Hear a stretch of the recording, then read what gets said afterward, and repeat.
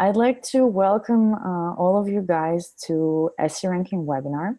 My name is Julia, and I have the honor to host today's event. And we are lucky to have Sean C. as a guest speaker today. Sean is the founder and editor-in-chief of SEO Hacker.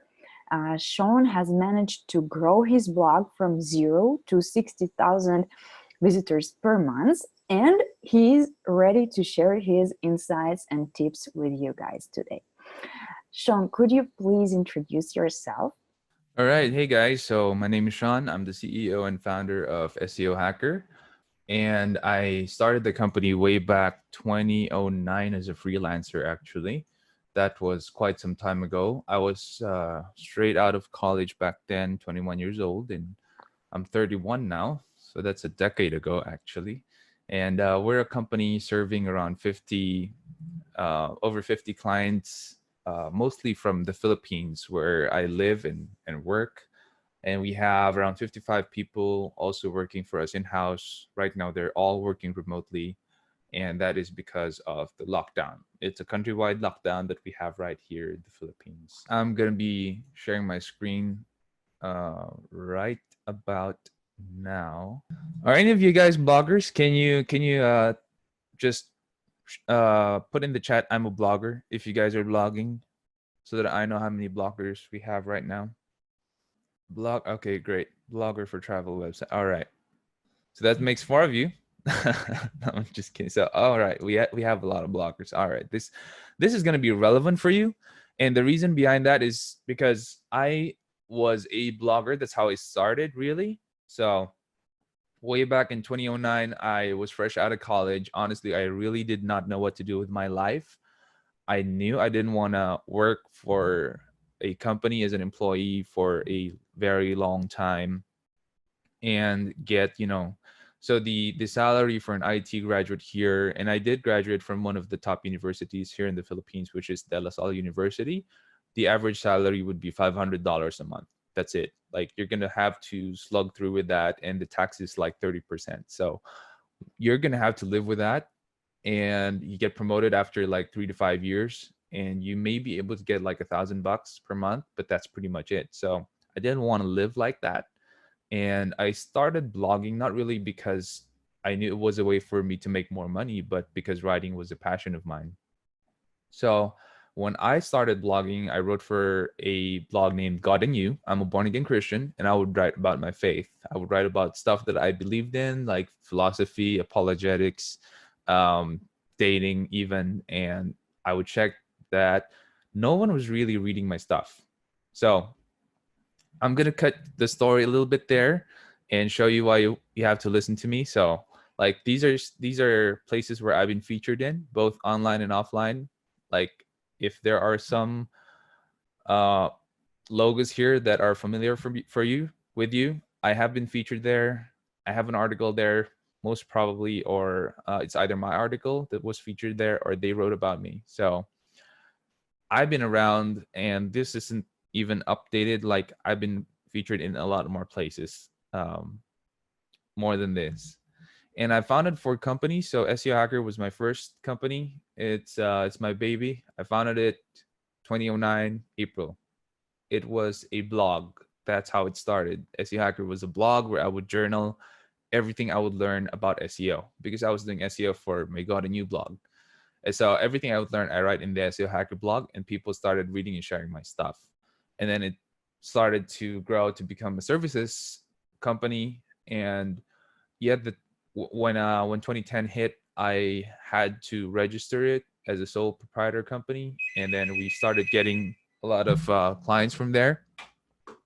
Sorry about that. Workplace is a co-working space here in BF Parañaque where I work, and I do manage that. I founded that company. Sigil Digital Creative Agency is a digital creative agency company. So everything we do at SEO Hacker is more of the logical side of things, the analytical side of things. We have writers, we have web designers, developers. Sigil has social media marketers. They do branding. They do brand guidelines, etc. So everything creative, that's with Sigil. And Queries is a software that we use for conversion optimization. So it's a micro survey. You could check it out at queries.com. It's free. The software is free. You can embed it on your site, learn a lot about your audience using queries. It's a lot more than what Google Analytics will be telling you. So why SEO for blogs? Well, there are tons of traffic online. A lot of them are people who are searching. They're searching online as well. And you have like billions of searches happening every day, every month with Google. And the eyeballs that you get from people who are already looking for you is very, very important. Why? Because these are already people who are done with the discovery phase. Like they know what they want. And if they find what they want in your website, they're already gonna buy, they're already gonna download, they're gonna be turning into leads that you can nurture. So search is super duper important. I love search traffic much more than what we get on social media. And this is because people from social media, they're at the discovery phase. They really don't know who you are, what you offer. They really don't know what they want or if they want to engage. They don't know if what they want to buy your product. But people who are already searching, these are people in the interest phase. Like they already want something from you, either information, product, service, etc. So when I started my blog, I didn't have a lot of visitors. And so I had to figure out how to increase my traffic. And then I asked Google, like, hey, Google, how do I increase my traffic? Of course, there was no voice search back then, so I had to type it. And it kept telling me to do SEO. So this thing called SEO kept popping up. I had no idea what it is back then. I was an on-the-job trainee, like an intern, and I had to do so much stuff because they hired me to be an SEO guy, but I didn't know anything about it. They really didn't teach me. I was on the morning shift. There were just 3 people in the morning shift. All of them weren't SEOs, and the SEO guy was a night shift, which is not my shift because it's not really right for an intern to be a night shift here in our country. So I had no idea what I was doing. So everything I was learning at the get-go on my own, and I had to apply it on my website. I had to apply it on my Got a New site, and everything I was learning I would put in the SEO Hacker blog. So I went ahead and studied, experimented, then applied what I learned. And in time, I ranked for a certain number of keywords. And these keywords are very, very important to me. Right now, at least here in the Philippines, we rank #1 for the keyword SEO Philippines, which is a very difficult keyword to rank for. We're #1, so that's very, very, very, very difficult to get. And so the fact that we got #1 for SEO Philippines, that means a lot. And we rank for like SEO company, SEO services as well. And so we actually win deals that way because we rank for these keywords, and that's where clients find us. That's how important SEO is to us. We practice what we preach.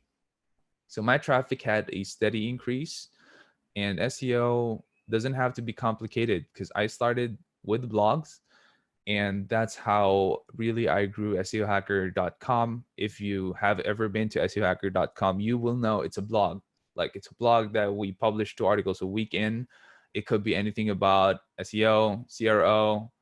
Our most recent article is about SEO during this time of the coronavirus, this pandemic affecting the world. So how to do SEO still, and how the virus has affected SEO in different industries. And we publish case studies about it, like how it has affected the automotive industry, the e-commerce industry, the healthcare industry, because we have these clients. We just didn't name them, but we did publish all of the data that we have found with them on the blog.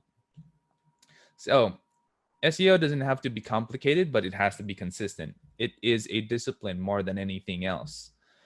There is no magic behind it. There are no tricks. So if you're expecting that, oh, hey, you know what, Sean's going to be releasing some bag of tricks or tactics here, there are no tricks. Like there are no real tactics that would flip the rankings in your favor.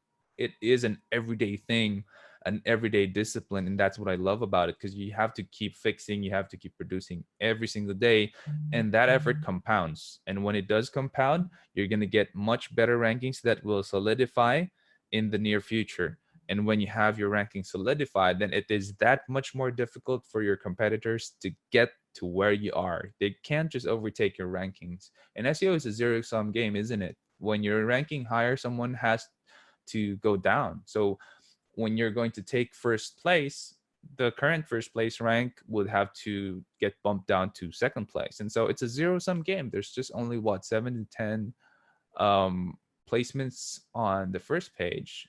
There's 7 to 10 listings, and the winner takes all. Like if you get bumped down to second page, then your chances of getting clicked and found is very, very low, because Google is getting better in serving more relevant results. So the behavior of people is that they don't really go to the second page anymore unless they're geeking out about something like the football game or, you know, like scores in the NBA. Then they might go to the second page, but otherwise they really are not going to do that. All right. So before I jump into all of the strategies and disciplines that you can do, can I see a "I'm ready" chat in the chat box, please? So the first thing you need to know, guys, is your keyword for an entire post, or your key phrase for an entire post, must only be one keyword or one key phrase. This is a common mistake that I see a lot of SEOs and SEO wannabes do, is that they write one long article, like a 2,000-word article, and then they would try to make that article target like 3 to 4 keywords. And that is not good. Your entire post should only be targeting one keyword. And I know that that sounds like it's going to be a lot more work. It is, because if you want to rank in a zero-sum game, then you have to focus your intent to be laser focused. So when we do landing pages, it is targeting only one keyword, even if the article has 2,000, 3,000, 4,000 words. It's just targeting one keyword. And we let Google do its work, just in case it thinks that that landing page could rank for other keywords. We just allow Google to do its magic. But we usually just target only one keyword per landing page, nothing more. Now, another thing that you should be very careful about is the title tag. So the title tag is not the article title. The title tag is what you see on your browser tab. If you mouse over the browser tab, that's the title tag. And if you go to the source code, if you're using Chrome, that's Control U, you will be able to see the source code. There is a title tag that is at the header part. So when you see the title tag, that is probably, if the site is doing a little bit of SEO, that is probably what they're trying to rank for. And title tags matter a lot. It is like a book's title. That's how Google sees it. So whatever you put in the title tag, it has a lot of weight. You have to be careful what you're going to be putting there, because it cannot be a lot of words. So Google will show 70 characters in its search results page, and after that, it will show an ellipsis, which is a dot, dot, dot. You would want your entire title tag to just be under 70 characters, and that's it. Keep it pure. Don't put stop words in. Stop words, just for the definition of this entire webinar, is anything that is the, we, how, should, who, anything that is common in an article, that's a stop word. And why you shouldn't be putting stop words on your title tag is because it dilutes the title tag, and Google just throws it out when they crawl your entire page and they save the entire code and the article in their database. They throw all the stop words out. They don't save it. They just save the words that are not stop words. So why would you want stop words in your title tag? Avoid putting stop words there. Make sure that your title tag is pure. Do not dilute it, and put it under 70 characters.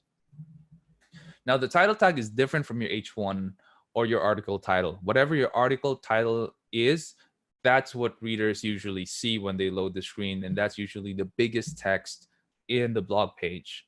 The title tag is different from the article title, but if you want to rank better, your article title or your H1 should have the keyword inside as well. Now, you're going to be having some stop words in there because you want it to be journalistically sound, easy for the readers to understand. I understand that. So if you're going to be putting stop words there, put it sparingly. Try to keep it as pure as possible as well.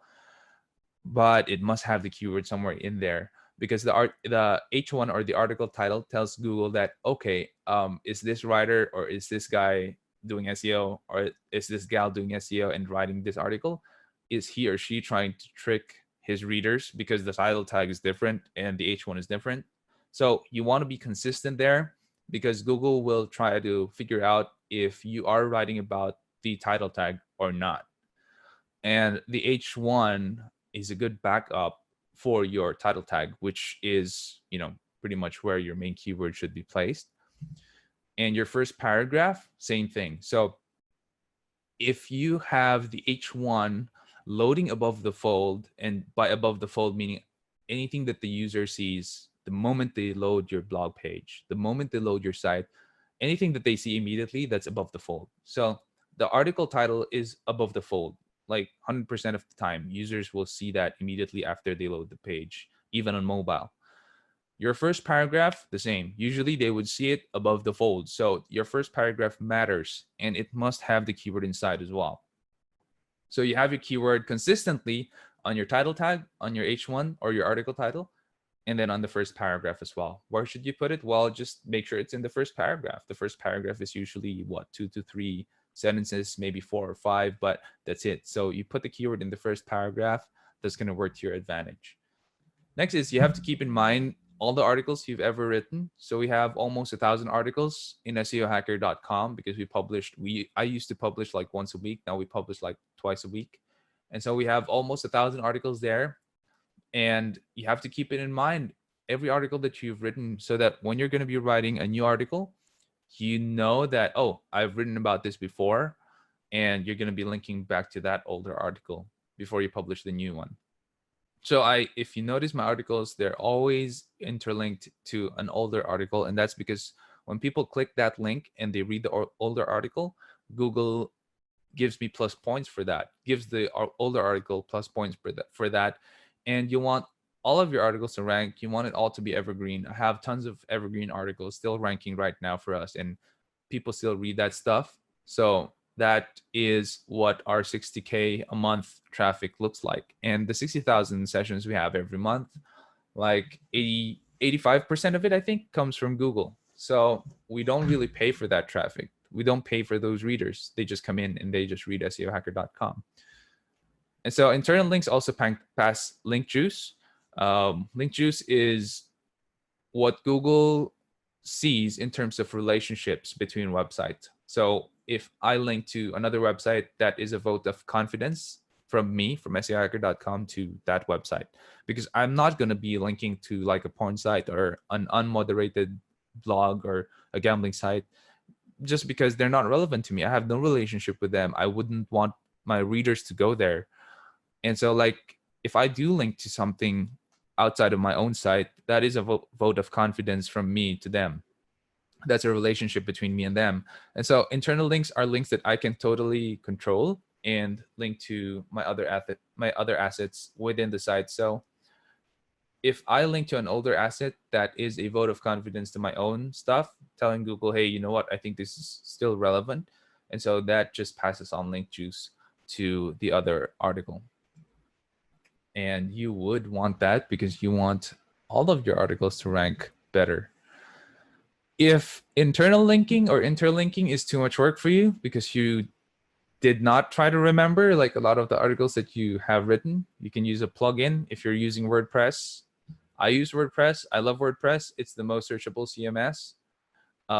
Other blogs out there are a lot less flexible, and that's why I love WordPress. You could have your own hosting, and you pay like, I don't know how much hosting would be right now. I think it would be around $20 a year. That's super cheap, and a domain name is around the same, like a little less than $20 a year with GoDaddy. So you could put up your own site in minutes, and you don't pay anything for WordPress. You just download it from wordpress.org and you upload it on your hosting and you're up and running. That's how cheap it is to have your own blog right now, if you didn't know. I use a plugin with WordPress called YARP. That's YARRP. Yet another related post. I don't know what the other R is. I'm not sure, but I know it's YARRP. So you could just look it up. Yet another related post plugin. What it does is it has an algorithm that tries to identify any and all other relevant blogs that you have written so far to the one you're about to publish. And it does the interlinking automatically. At the bottommost part of the article, it says, here are other relevant stuff. And what you can do is just look at that, and you have to like use those links and put it inside the blog area. So the blogs in content links is more important than having the YARP links at the bottom. And that's because anything at the bottom, Google considers as not powerful because it's at the bottom part. So footer links, anything that's after the content proper, the lower 50% of your content, that matters a lot less. So anything that's like 50% below the fold, that matters a lot less with Google. So you're going to want to put all of the stuff that matters on the 50% above the fold, or 50%, the first 50% of your stuff. That's where you want your links to be. That's where you want your keywords to be, etc. Next is your URL must contain the keyword. So this is one very important ranking factor. It's a direct ranking factor. And when you search in Google, you notice that the URL is shown. So it is also something, it's a click-through factor as well, because people are not going to click any shady URL. And so same rules apply here. Keep it pure. Don't put stop words inside, like the, she. You can research about stop words. Just look it up on Google. What are stop words? They'll give you a list of stop words not to put in the URL or in the title tag. And so whatever you have on the title tag, I suggest that's what you make your URL to be. Next is write about stuff that bring more weight to your keyword. So if you're going to have like a 2,000 word keyword, 2,000 word article, which is usually, if all else is being equal, the 2,000 word article would hold more weight.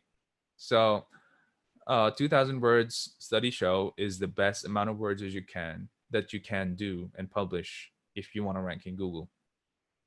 800 words is okay, but 2,000 words will rank better. So it's not easy writing 2,000 words. So there are some things that you can do to put in more words there, but not just for the sake of having more words, but having more weight. So you could use explanations, history, or FAQs, resources, and do not keep repeating the keywords throughout the 2,000 words. Just put it above the fold, and that's it. Like, write journalistically, write for human beings. If you have to repeat it again, use synonyms. That's going to have more points, because Google doesn't like it when you stuff keywords, when you keep repeating keywords. They generally don't like it if you game their system. They don't like that. So don't try to game their system. Just use best practices. And Google was built for human beings. So write for human beings. Make sure you have your author page, and you link to that on the author box. So the author page, if you check out SEOhacker.com, you'll see that I have my author page there. And I do have my author site, which is shawnc.org. That's my author site. I am a public speaker. I do speak here in the Philippines, all over the Philippines, and I've spoken outside the country as well. So I have my author page, and I do link to that in every author box, in every article that I have in SEO Hacker. Why? That's because I want my expertise, authority, and trust to have better points. EAT, you can read about it. It has gained more traction recently. And that's very, very important, because that is a guideline for searcher intent. So I do link also to my social media profiles. And that's because I want Google to see that Shawn C is a real human being, and he has been publishing about digital marketing. He's a public speaker, he's a writer, etc., etc. It just gives me more trust. It gives me more authority, and it tells Google and it tells the world that I have the expertise. I've been featured in these places. Like, this guy, when he writes an article, whether it's in his blog or in another blog, should rank better, because this guy knows what he's talking about. So EAT is very important. Make sure you link to your social media profiles. Make sure you link to your author page or author site, like I have done.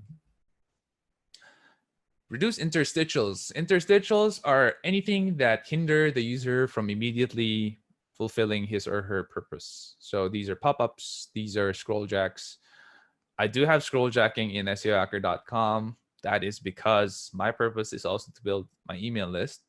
But other than that interstitial, I don't have any other interstitial. I don't have pop-ups there. I don't have anything else that would distract the user from reading after the scroll jack. So do not put like so many ads above the fold. That's going to damage your rankings. Even if it's Google Ads, the Google Ad team, I think they're called AdSense team, does not work with Google's search team. They don't work together. So Google search team says ads don't help, especially if they're above the fold. Listen to the search team, because even if Google AdSense team will tell you ads above the fold will make you the most money and makes the most sense, that's a short-term play, because if you lose your rankings, you lose your traffic, and if you lose traffic, no one's going to be clicking on your ads above the fold anyway. So if you notice in SEOhacker.com, I do not have ads above the fold, and all of my ads are native. I don't have AdSense there. Like, I have ads for partner softwares, and that's it. I do affiliate marketing whenever I sell using the affiliate software, the affiliate link for that software partner. Then I make money. Those are my only ads, and it's on the sidebar, and it's a little bit below the fold, and that's it. That's all the ads I have, and that's because I play the long game. I want to rank better. Traffic's more important for me. I don't really care about making money via ads. That's not my game. So if you want to rank better, reduce interstitials, just put something that's necessary for you, which is for me is to increase my newsletter. That's why I have the scroll jack. It works the best. It's the best email newsletter subscription strategy I have ever put in place. I've tried it all. I've tried the pop-ups. I've tried the following header. I've tried it on the sidebar. The scroll jack is by far the best. Next is put ads below the fold, especially Google Ads. So that's pretty much, I went into detail on the previous slide. Next, make sure your Meta OG is set up correctly for shareability. If you didn't know, Meta OG is the meta tag for Facebook, for Twitter shareability. So this is where you want to make sure that the articles you write are shareable on Facebook. Like, you don't want it to look stupid on Facebook. Like, when people share, the featured photo featured image should come up because it is the right Facebook size, in terms of when people post the link on their newsfeed, or when people click the share button, it should be the right size for Facebook. So how to do that is by making sure your Meta OG is set up correctly. There are best practices on how to do it. And if you're using WordPress, there are also plugins that will help you in terms of having a much better Meta OG. So you just need to search. I'm really not sure about what I'm using right now. And that's because for most of my sites, we set it up customized, because I have a team of developers working alongside me. But if you're not dev savvy, if you're not code savvy, then you could use a plugin, no problem. Next is you check your schema markups. So schema, or schema, you could look it up at schema.org. It is something that Google has adopted, I think, like 6 years ago, and it helps them to understand the web better, because you make entities out of your web pages.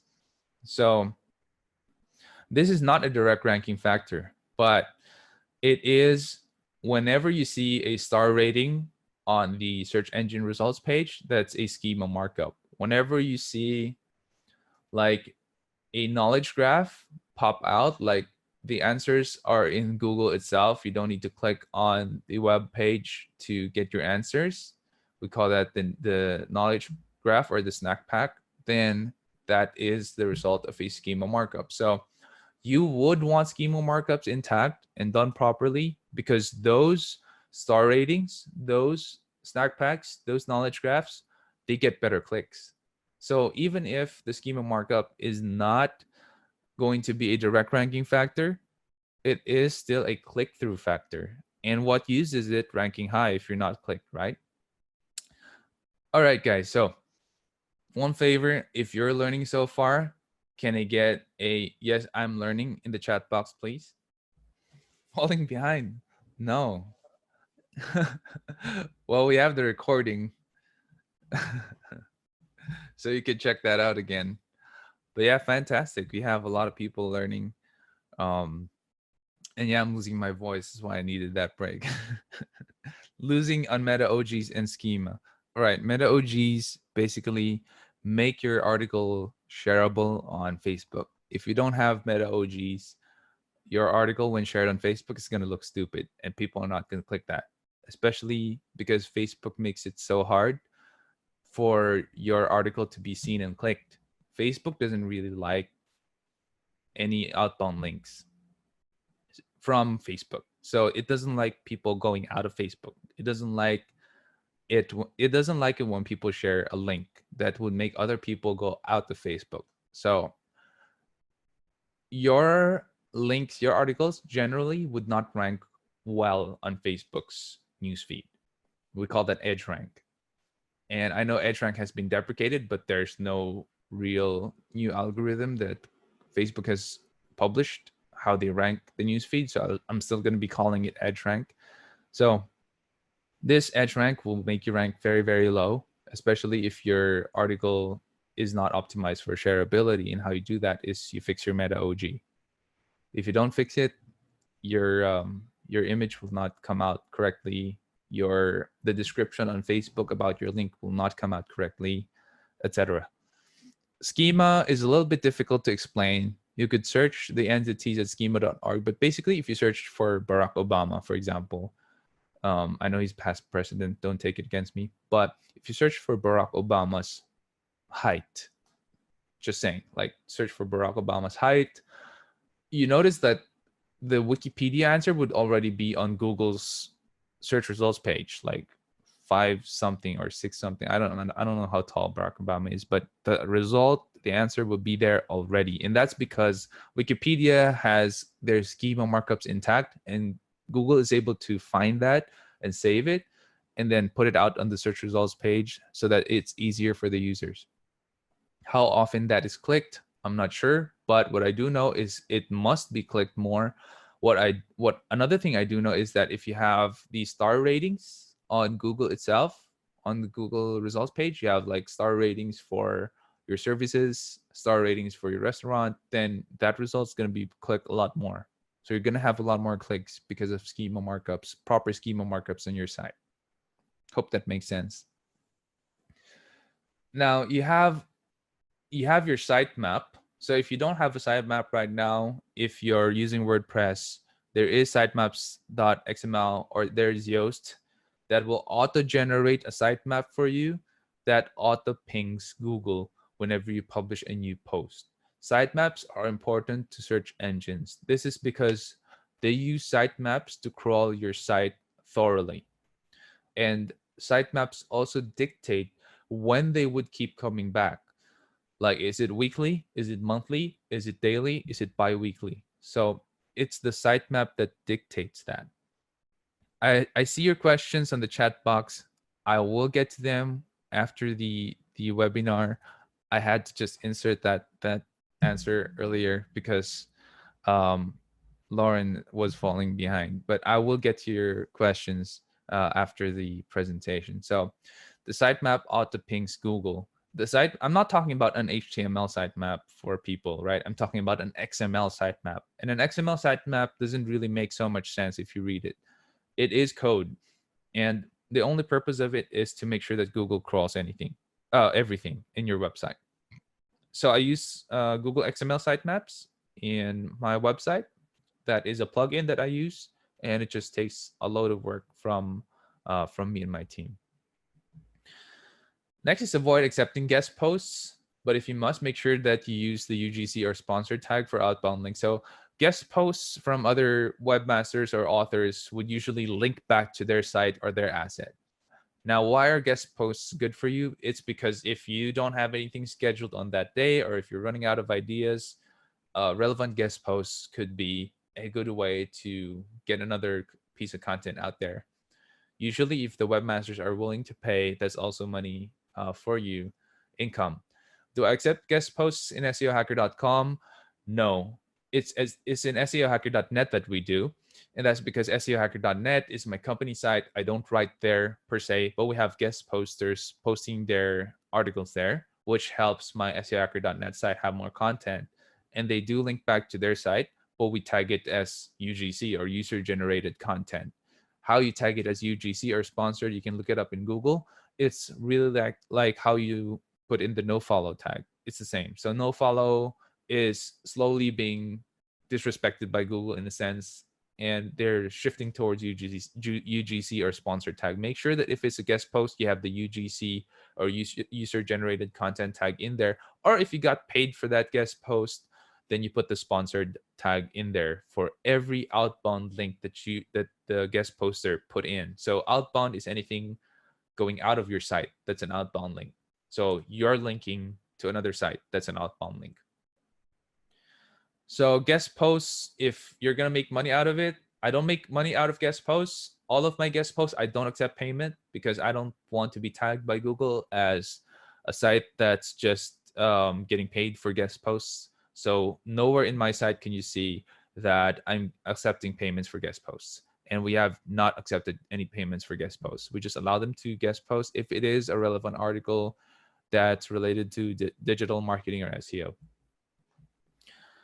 Post on other up and coming blogs. So if you are trying to get more links, this is a great way to do it. So if there are blogs that are new, that are young, but they're promising, they have interaction happening in their site, they have user engagement, people are commenting, they are doing great, you should suggest to submit a guest post there to the webmaster. Just contact the webmaster and tell them, hey, can I, get a feature on your site? Can I put a link there? Can I help you with content?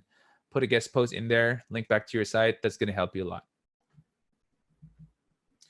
Post frequently. So again, I mentioned at the beginning of this entire webinar that SEO is a discipline more than anything else, that it has to be a consistent practice. There are no tricks to it. Post frequently, at least once a week. So make sure that when you write an article, it's best practice. The best practices that I mentioned earlier: keep your title tags pure, the H1 or the article title pure, put the keywords in the URL slug, make sure there are no stop words, put it in the first paragraph, do internal linking.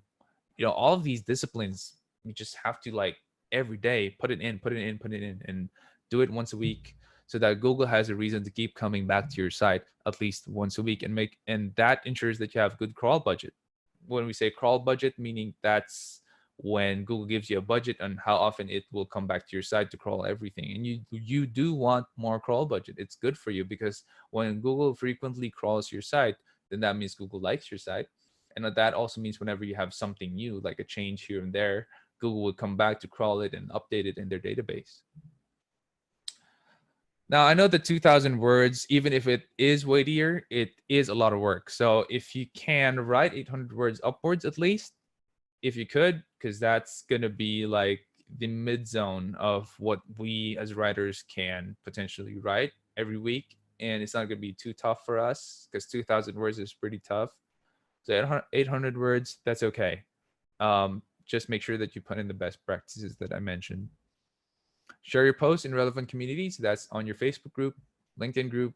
Even if it is not a direct ranking factor, who knows if there's someone there who picks it up and puts it in their blog and links back to you. That's going to be a plus point. Next is build your email list. So I mentioned my interstitial earlier. So if you go to SEOhacker.com, you will see immediately that I am just trying to collect emails. And the number of emails that we have is going to be 11,000 something something. It does update real time, so I really don't know how many emails we have right now. But you will see it once you go to SEOhacker.com. And so we've been building the email list for a decade now. So the 11,000 something digital marketers we have on the list, that's for a decade already. That's pure. Like every single one of them are digital marketers who have been to SEO Hacker. I do not buy lists. I do not buy emails. Like all of those people signed up for my email list, every one of them. So those are all of them digital marketers who are doing SEO or who are interested in SEO and have read our blog. Build your list, because as digital marketers, we always say the money is in the list. The gold is in the list. So whenever we have a new article, we blast it to all of those 11,000 people. They get it. They read our stuff. They come back to our site. That's good plus points for us. That's good behavior. And I have Google Analytics installed. I'm sure you do too. If you don't, you should have it installed. And that's really good behavior points for us. in SEO Hacker blog. These are the things that we do personally at SEO Hacker. I personally practice them, and we do them for all of our clients as well. So I just shared with you something that we really do and practice here. I am a practitioner. I have been doing this for a decade. I do rank #1 here in our country for the most difficult keyword, which is SEO Philippines. That is the most difficult keyword in our country because all of us SEO companies are like killing each other for that keyword. And that has taken me to the #1 spot. We built our traffic over time. The 60,000 traffic was not overnight at all. Like, it has been built over time. So 60,000 sessions per month. Of course, with the coronavirus, it has dipped a little bit, and we had some server problems recently. So it has dipped a little bit, but we're still at 52, 58,000. 87%. Okay, so I did look it up. 87% come from Google organic search. So we don't pay for this. This is not from social media. These are like people who are interested in our articles. 87% of that 60,000 come from Google organic search. And at the end of the day, your ranking chart will tell you whether you're on the right track or not. And how you check your ranking chart is by using SE ranking. So we do track our rankings using SE ranking. This is the main go-to software that we have for our rankings. Now, if you ask me, I do use a couple of ranking software, but SE ranking is our main because it's the most accurate so far. So we have these are our keywords in SEO Hacker. Like, this is proprietary data I'm showing you, but these are some of the keywords that we rank for. So you can see we were #1, #2, #3 for these keywords, and that is those are our money keywords. Like, most of our leads come from these keywords. I get 3 to 5 leads every day on a normal day. This is not a normal day because we are in a pandemic lockdown. So on a normal day, we get 3 to 5 leads. For a B2B company, that's already like sweet. And we close like 3 to 5 deals a month. If we do close 3 to 5 deals a month, that's already amazing for us. So that's it, guys. I hope you enjoyed. I hope you learned a lot from this webinar. And if you do have questions, this is the time to post it in the chat box. I will get to each of those questions as long as I have time. You could contact me at this email address. That's my personal email address, sean@seohacker.com. And you can check out the blog. I encourage you to check out my blog because you will be able to see the stuff that I'm talking about. It is really practiced in the blog. And if you want to check out our services, that's at seohacker.net. That's my company site. Thank you so much, Sean. Now our viewers are truly armed with practical tips on how to drive more traffic to their blog. And I hope you guys enjoyed the presentation as much as I did. By the way, Sean, I don't know if you noticed, but we truly have people here from all over the world. In the very beginning, I've seen there are people connecting from like time zones based in Israel. Yeah, so guys, thank you so much for awesome. joining us. Yeah, we hope that you liked our event. And yes, we have several minutes left, and we can go through your questions. So you can send them in the chat, or we have also the Q&A section here. Sean, let me know if you can see the questions, or you'd like me to read them. No, I can see them. That's fine. Oh, okay, great. So from Andreas Leong, this is the easiest question. Is PBN recommended? No, do not do PBNs. Like, this is something that, so I'll tell you a story. Like, we have competitors here in the Philippines, and the Philippines was a black hat SEO community before. There are a lot of people here practicing black hat SEO. And when I say black hat SEO, that's unethical SEO. When I say unethical, that doesn't mean illegal. That doesn't mean that you're going to go to jail, but if Google finds out, they're going to slap you with a penalty, or they can take out your website altogether from their search engine. And then the black hat did not work. It was found out by Google. They were penalized. A lot of SEO companies went under and they just disappeared. So what happened was the transition to gray hat. And when I say gray hat, that's mixing the ethical with the unethical stuff. So there are tons of gray hat SEOs here in the country. And there are big ones, like really big ones that are doing gray hat. And recently when Google, because like Google is a smart company, right? They hire PhDs, they hire the best people, the smartest ones in the globe, and they're always going to be improving. And when you have PBN, they are going to find it out, because you're not going to be able to delete your PBN. You're going to be reliant on the PBN. Once they see one PBN, one of those sites, it's interlinked to a network of each other. That's what makes a PBN or a private blog network. And once Google finds out one node in your PBN, they're going to be bombing the entire thing. So we have competitors that have been practicing PBN. They have been bombed by Google. And one reason that SEO Hacker is ranking #1 is because we've always done it white hat. We have always followed Google's guidelines. If you check out our link graph using Ahrefs or Moz, you would be able to see that it looks very natural. And in fact, a lot of our competitors are trying to do some shady stuff on our site, like DDoS, or they're just trying to just ruin the site. And that's business for you. I mean, it's you have competitors, but a lot of my competitors use PBN and they've been bombed. Like, they've been taken out of the search engines. Their businesses have suffered a lot because of that. And just don't do PBN. It is not recommended. We do have Erez Shemesh, who asked earlier, does Google My Business help increase traffic to my website? Strictly speaking, no, because when you click on the Google My Business result on the local pack, the local pack is the 3 results that has star ratings and the map in it. When you click on that result, it does not take you to the website proper. It takes you to the Google map. And when people click on the website in that result, then it helps to increase traffic. But otherwise, it does not really directly help increase your traffic. But it is good to rank on Google My Business. It does help to rank on Google Local, because that gives you more awareness. Like, people could see more of your brand there. So SEO Hacker, we do rank on Google My Business when you search for SEO Philippines. Here in our country, when you use our search engine, we do rank there. We do run SEM ads, but it's shut down right now because we're on lockdown. It doesn't make sense for me to spend money on Google ads right now. Anyway, we're ranking #1.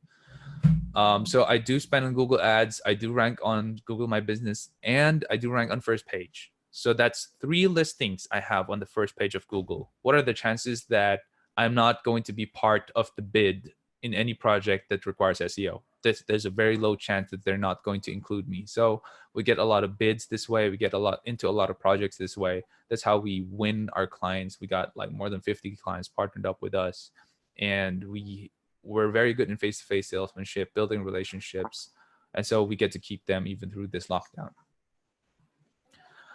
Hello to Raul Solis from Cabo San Lucas, Mexico.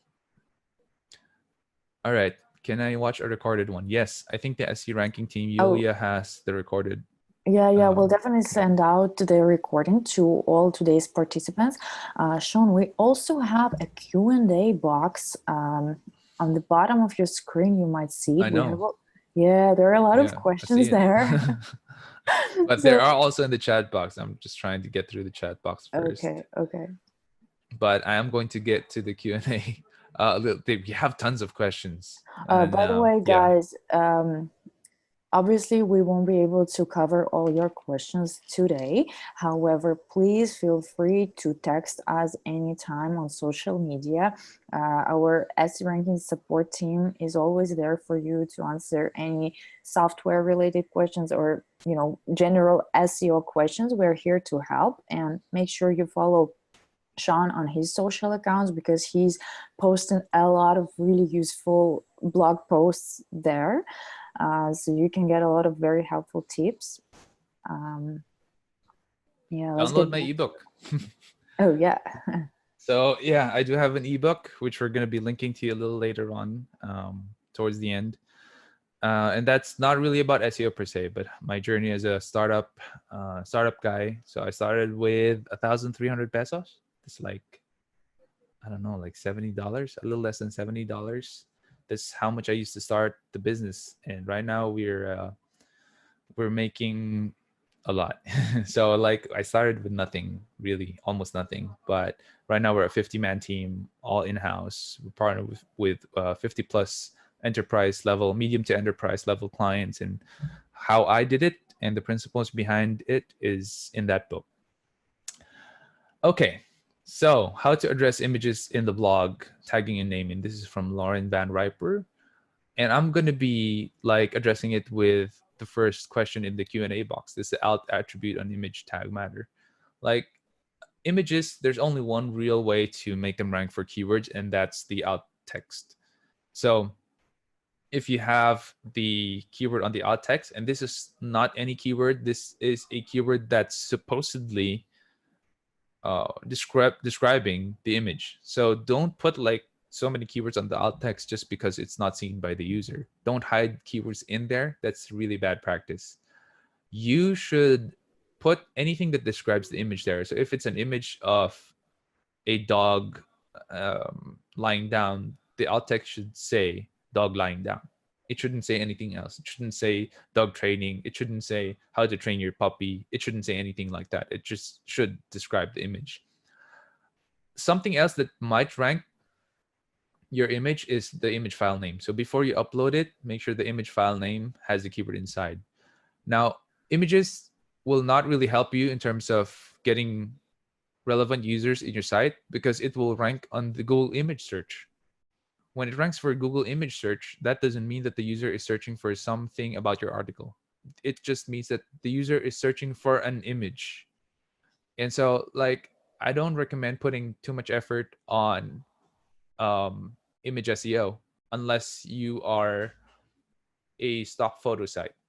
But if you're not a stock photo site, you're not going to be making money or getting leads from your images. I don't recommend putting tons of effort there. Just make sure that the alt text, the file name is done properly, and that's it. Leave it at that. All right. What's the business model, or how do you handle your clients knowing you are closing 2 to 3 deals every month? All right. So this is a business question. Yeah. From Veronica Pamintuan.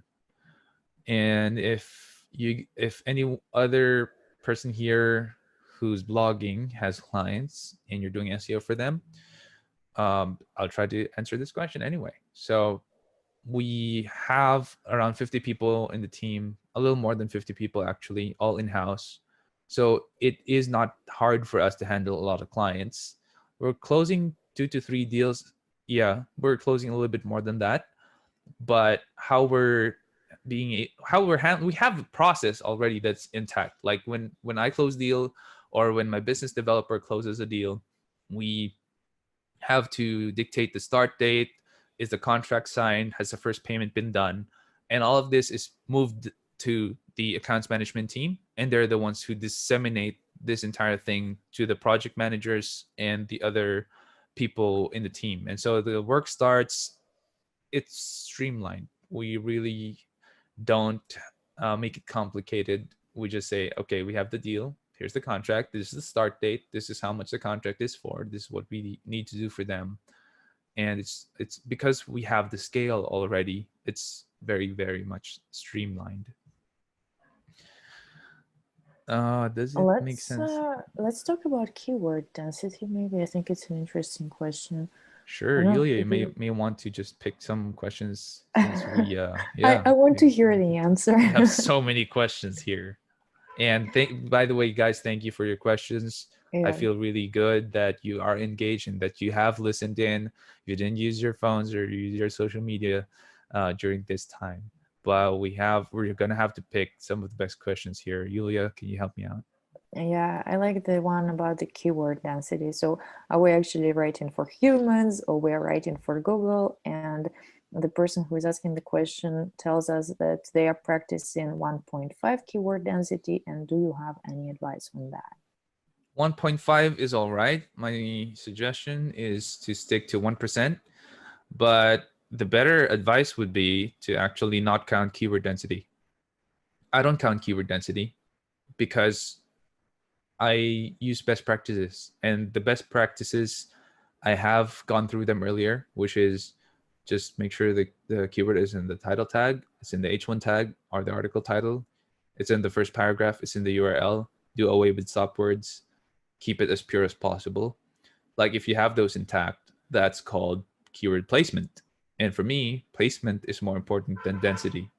So making sure that your keywords are placed in the right areas, that's a lot more important for me. You don't have to count density. It makes for a very, very bad readership if you try to just squeeze in the keyword in certain areas. That's not good unless you're a really good writer who can squeeze it in a very suave way, in a very smooth way. I really don't suggest counting keyword density. Okay, yeah, I agree with you.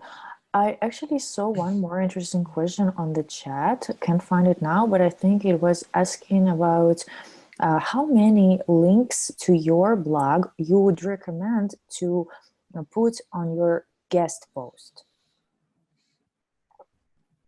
Put as much as the host will allow you. So if like for me, if you could put, make sure it's relevant. So if you're going to be linking to your blog posts as sources in content in the article that you're about to post on the host's website, just put as much as you can. Make sure it makes sense so that the host will not get pissed off and still publish your article. But it really depends on the host if they're going to remove the link or not. It's their prerogative. After all, it's their website. And I know for a fact that a lot of webmasters would give you rules at the get-go and tell you that you only get to post one link or two links and that's it. So you work within that parameter. Yes, that's true, guys. It's not only about how much you want to links, how many links you want to place on your blog post. It's only also how many links you're allowed to place. So I guess it's time for us to wrap up today's event. There are more questions, but as I mentioned before, guys, please send your questions to Sean or to SE Ranking on social media. We'll be happy to chat with you more. And thank you for being with us today. You were amazing. Make sure you follow us, you follow SE Ranking on social media, on LinkedIn, Twitter, Facebook, as we are going to have a lot of upcoming webinars, much more educational content. We're going to have more celebrity speakers and digital marketing experts on our webinars. So stay tuned. Take care. Bye-bye, Sean. Thank you so much. Bye-bye, Thanks, guys. Thanks, everyone. Yulia.